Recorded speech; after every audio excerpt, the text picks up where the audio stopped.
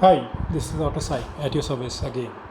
So this is another video about the most sensible type of car purchase, the most tax saver kind of car or automobile purchase.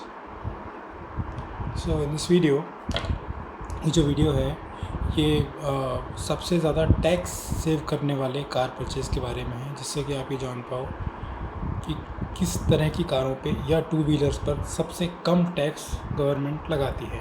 उनकी classification है, उनकी category बनाई गई है कि इस size से छोटे या इतने इंजन वाले पर टैक्स कम लगेगा सभी तरह का, और आगे आने वाले टाइम में उन पर ही इंश्योरेंस भी कम लगता है। इंश्योरेंस का रिन्यूअल भी उनके ऊपर रेट्स सस्ते हैं, मतलब रेट्स की बात हो रही है यहाँ पे, कीमत की बात नहीं हो रही है। रेट ही जिसके सस्ते होंगे उसकी कीमत अपने आप ही सस्ती होगी।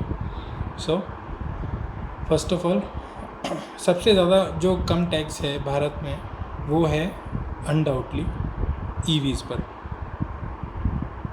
तो जो भी इलेक्ट्रॉनिक व्हीकल्स हैं, जैसे कि चाहे वो टू व्हीलर है चाहे वो कार है, उन पे जो जीएसटी है वो केवल 5% है। 5%, ठीक है, केवल 5% है। तो जीएसटी कंपलसरी टैक्स है, जो जैसे पहले सेल्स टैक्स होता था वो, तो जीएसटी तो पे करना ही पड़ेगा। तो जीएसटी की वैल्यू ईवी के ऊपर सबसे कम रखी है अभी गवर्नमेंट ने। उसके अलावा जो दूसरा टैक्स हम देते हैं ये सब राज्यों पे एप्लीकेबल नहीं, कुछ राज्यों के लिए है, कुछ स्टेट्स में ऐसा है। दूसरा टैक्स हम देते हैं रोड टैक्स, और रजिस्ट्रेशन की हमें प्राइस देनी पड़ती है। तो ईवीज़ के ऊपर बहुत सारे राज्यों में, जिनमें राजस्थान भी शामिल है और अब दिल्ली भी हो जाएगा, उनमें ईवीज़ के ऊपर कोई रोड टैक्स ही नहीं होगा, कोई रजिस्ट्रेशन फ़ीस भी नहीं होगी। यानी अगर 20 लाख की ईवी पे आपके 3-3.5 लाख रुपए इन सब चीज़ों के लगने थे तो वो बच जाएंगे। 17-18 लाख की ईवी पे 2-1 लाख रुपए बच जाएंगे, क्योंकि गवर्नमेंट आपसे कोई टैक्स ले ही नहीं रही है, कोई जीएसटी लगा ही नहीं रही है आपके ऊपर। ठीक है, तो चलिए वापस से शुरू करते हैं। ईवीज़ की तो हमने बात कर ली, ऐसे ही टू व्हीलर्स पे भी ऐसा है, उन पर सब्सिडी भी मिल रही थी पहले, अब केवल 5% टैक्स है ईवी टू व्हीलर्स के ऊपर। तो सबसे ज़्यादा आपका टैक्स बचाने वाली गाड़ी ईवी हो सकती है। अगर अब आपको ईवी नहीं लेनी है तो क्या करें? वैसे तो देखिए ईवी बहुत अच्छा ऑप्शन है, जिनको सिटी में चलना है उनके हिसाब से, जिनके घर में सोलर है उनके लिए भी ईवी बहुत अच्छा है। जिनके यहाँ पे चार्जिंग की प्रॉब्लम नहीं है, जैसे कि मल्टी स्टोरी बिल्डिंग्स में रहने वाले मुंबई और दिल्ली में जो लोग हैं, हर बिल्डिंग में वो सुविधा नहीं होती, उनको थोड़ी सी दिक्कत होती है। जिनके पास चार्जिंग का कोई भी मोड ऑफ चार्जर है उनके घर पे, जैसे पर्सनल हाउस है वहाँ पे, तो कोई दिक्कत ही नहीं है। सबसे ज़्यादा टैक्स बचेगा, आगे आने वाले फ्यूल, इथेनॉल, किसी चीज़ की कोई प्रॉब्लम नहीं है। और जिनको खूब चलानी है टू व्हीलर सिटी में, क्योंकि टू व्हीलर में रेंज की भी एंजाइटी नहीं होती, सिटी ईवी कार में रेंज की भी एंजाइटी नहीं। जैसे मैंने लास्ट वीडियो में आपको बोला था कि भाई आप बाहर जाते हैं तो टैक्सी क्यों नहीं ले जाते हैं, एक ड्राइवर साथ में फ्री मिलेगा, एक से भले दो, अगर आप 2 लोग हो तो 2 से भले 3, तीसरा ड्राइवर हो जाएगा। ड्राइवर, एक अच्छा ड्राइवर बहुत हेल्प करता है आपकी थ्रू आउट द ट्रिप, आपकी गाड़ी को पार्क करता है, आपको लाइनों में नहीं लगना पड़ता पार्किंग के लिए, आप सीधे मंदिर में जाके दर्शन कर सकते हो, अपना शो अटेंड कर सकते हो बिना पार्किंग में। तो ईवी सिटी के लिए ख़रीद सकते हैं, और बाहर जाने के लिए आप पब्लिक कन्वेंस यूज़ कीजिए, कोई सा भी टैक्सी हायर कीजिए। जितना पैसा आप बाहर वाली बड़ी गाड़ी पर 8-10 लाख रुपए बचाओगे, उतने में आप कितनी बार भी टैक्सी कर लोगे। एनीवेज, तो ईवीज़ में पहली चीज़ तो है, ईवी सबसे ज़्यादा टैक्स सेवर कार है अभी, इसमें कोई डाउट नहीं है। और आगे आने वाले टाइम में भी हमारी जो गवर्नमेंट है वो ईवी को ही ज़्यादा सपोर्ट कर रही है, आगे भी वही करेगी, वो दिख रहा है, उनकी बातों से पता चलता है। जिस तरह से गडकरी जी ने बोला है कि मैं डीजल को ख़त्म कर दूंगा, इस पर इतना टैक्स लगा दूंगा, सब ये 2-3 साल पहले बोल रहे थे, पर ये इस तरह से सीन में आएगा इथेनॉल, ये तो बड़ा ही भयानक हो गया। तो ये कुछ ज़्यादा ही उन्होंने जो है बॉसी हो गए, just like angry daddy. Anyways, तो सबसे अच्छा परचेज़ ईवी है। ईवी में परचेज़ नहीं करना है आप, तो फिर हमारी जो बची हुई जो कंबशन कार हैं, चाहे वो हाइब्रिड हैं, चाहे पेट्रोल हैं, चाहे डीजल हैं, सीएनजी हैं, कुछ भी हैं, उनको 2 पार्ट में डिवाइड किया गया है।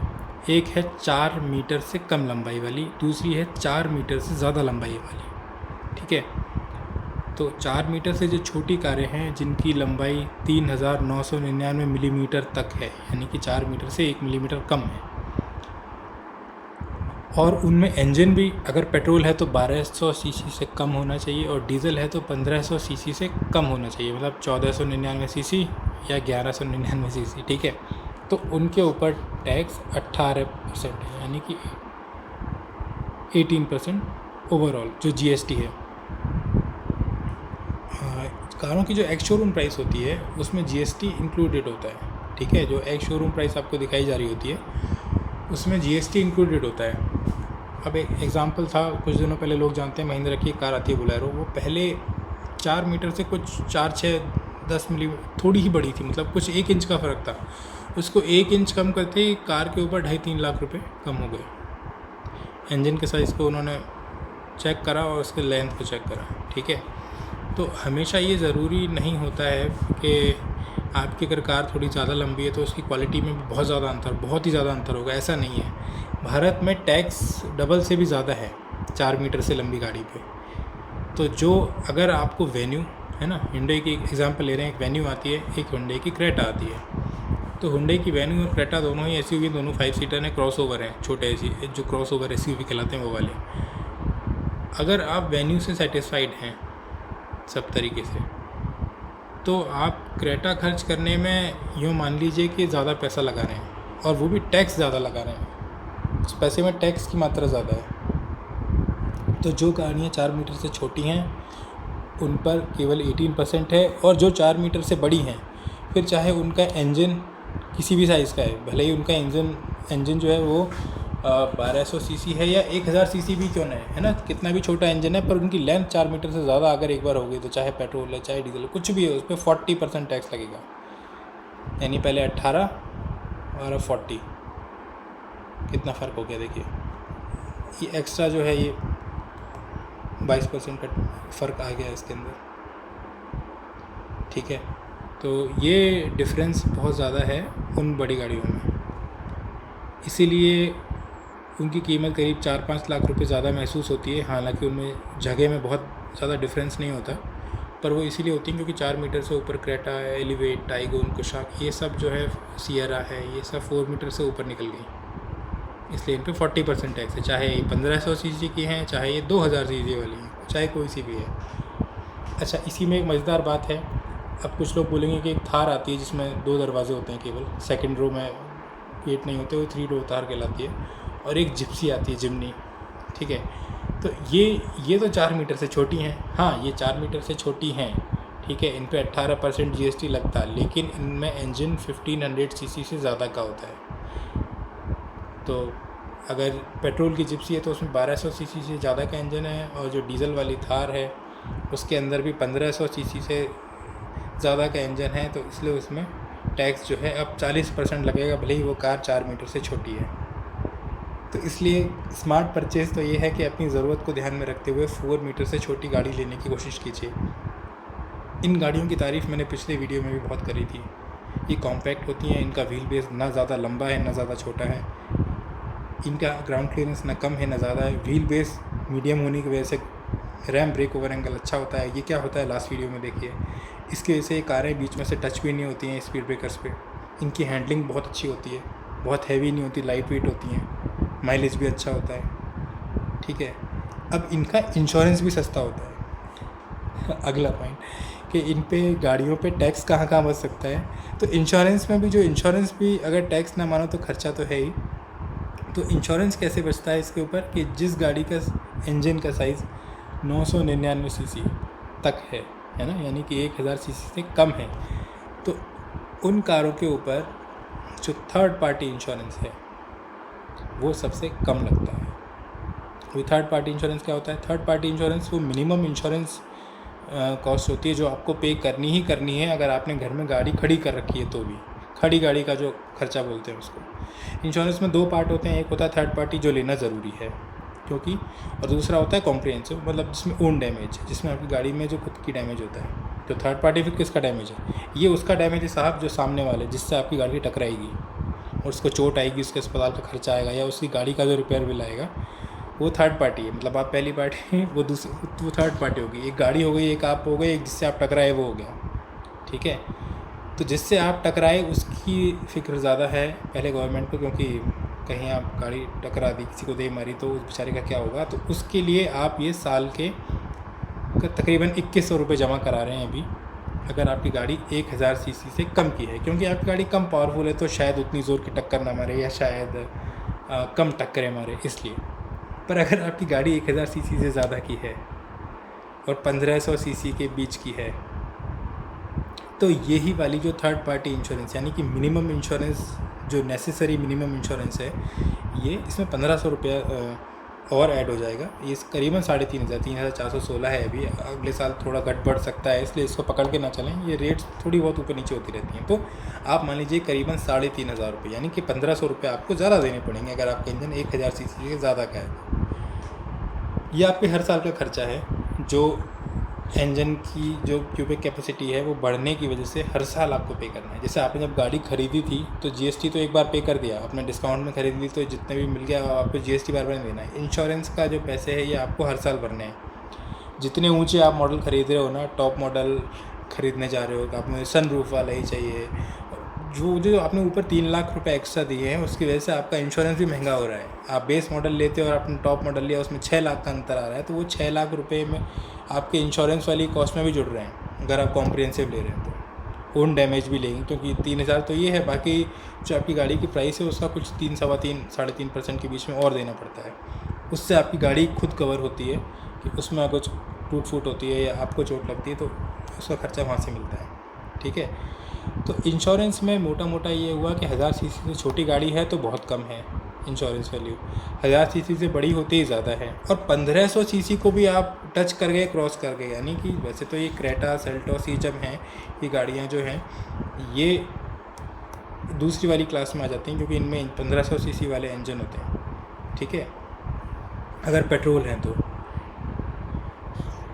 इनके अंदर इंजन ज़्यादा सीसी वाले हो जाते हैं, इसलिए इनकी क्लास ऊपर आ जाती है, और ये 3416 में। पर अगर आप इससे भी क्रॉस कर जाते हैं, आप हैरियर और सफारी और 2000 सीसी वाली गाड़ी पे पहुंच जाते हैं, तो आपको ये मिनिमम 8000 रुपये साल का हो जाता है जो पे करना होता है खड़ी गाड़ी का थर्ड पार्टी इंश्योरेंस।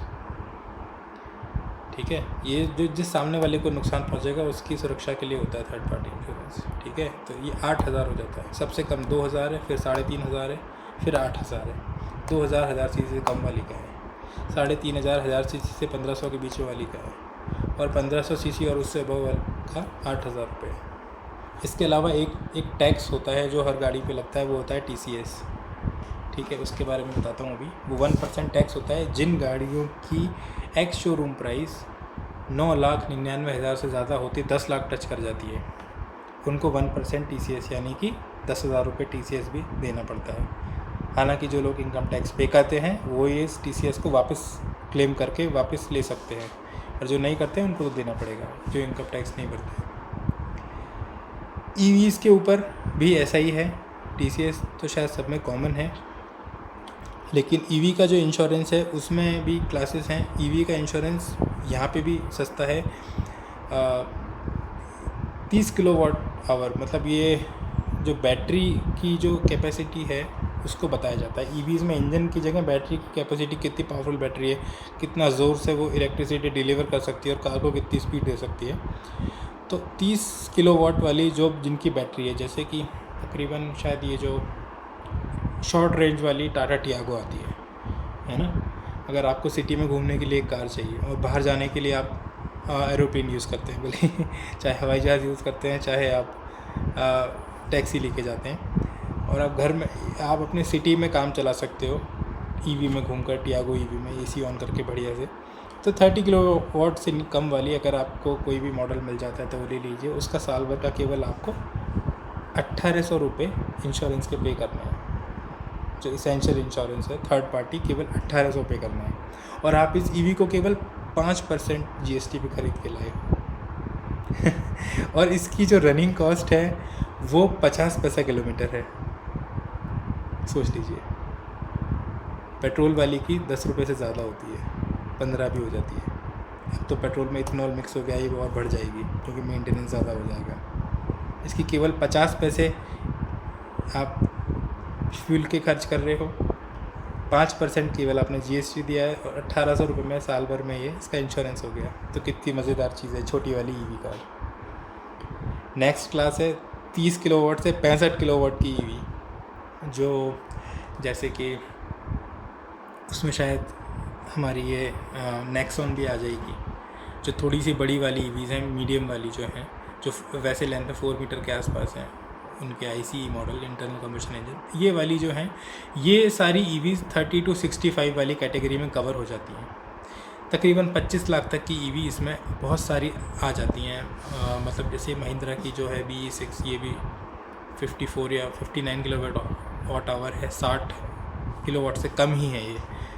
तो ये सारी 3000 रुपये सालाना में इंश्योर हो जाती हैं, थर्ड पार्टी इंश्योरेंस। ये भी केवल 5% पर आपने खरीदी है। इन पे आपने ना इंश्योरेंस, इन पे आपने किसी भी EV पे, चाहे छोटी टियागो पे, इस पर आपने रजिस्ट्रेशन रोड टैक्स भी नहीं दिया है। सोचिए ना, रजिस्ट्रेशन दिया है ना रोड टैक्स दिया है, केवल 5% GST दिया है, और अब आप इसको 3000 में 1800 रुपये में इंश्योरेंस भी करा सकते हैं। तो इतनी छूट अभी मिल रही है, आगे का पता नहीं, क्योंकि अभी प्रमोट कर रही है गवर्नमेंट और हमें दूर हटाना चाह रही है गवर्नमेंट धीरे धीरे डीजल पेट्रोल कार से। पता नहीं वो लोग आगे आने वाले टाइम में क्या क्या नीतियाँ लानी पड़ेंगी, क्योंकि उनका बोलना है कि भारत की पॉपुलेशन इतनी है कि दूसरे देशों में जहाँ अभी भी E10, जैसे यूरोप में E10 चलता है, E5 चलता है, क्योंकि वहाँ पे अगर उनको मान लीजिए कि 1 गिलास पेट्रोल ख़रीदना है, तो भारतवासियों को एक पूरा जो पानी का टैंकर आता है ट्रैक्टर भर के, उतना पेट्रोल खरीदना। मतलब हमारे फ्यूल बिल इतने ज़्यादा हैं उनसे। उनका कहने का मतलब है कि उनकी पॉपुलेशन और हमारी पॉपुलेशन में इतना अंतर है, तो उनके यूज़र भी बहुत कम है, हमारे यूज़र बहुत ज़्यादा हैं, इसलिए हमें इतनी मात्रा में तेल खरीदना है कि हमें बहुत महंगा पड़ रहा है, इसलिए हम उसके अंदर इथेनॉल मिला रहे हैं और आगे भी मिलाएंगे।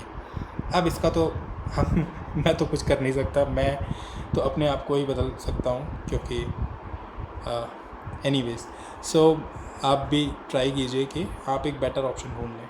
Anyways I will help you in my best way. अब जो गाड़ियाँ 65 किलोवाट से ऊपर की, जैसे आपने सुना होगा कुछ ऑल व्हील ड्राइव EV भी आ रही हैं, क्यू व्हील ड्राइव आ रही है, या महिंद्रा की भी 75 किलोवाट और के बैटरी पैक हैं, बड़े बैटरी पैक हैं, उनको भी उनको डबल से ज़्यादा देना पड़ेगा। उनमें 6700 रुपये सालाना थर्ड पार्टी इंश्योरेंस है।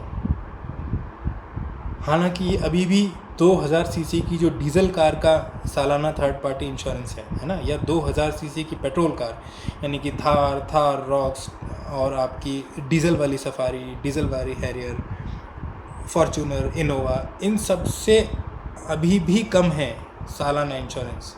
6700 रुपये है थर्ड पार्टी प्रीमियम। हालांकि EVs की देखिए, मैं इसमें लिखा नहीं है, फर्स्ट पार्टी जो प्रीमियम जो आपका जो कॉम्प्रिहेंसिव इंश्योरेंस है वो ज़्यादा बन जाता है, क्योंकि इनकी इनिशियल प्राइस महंगी होती है।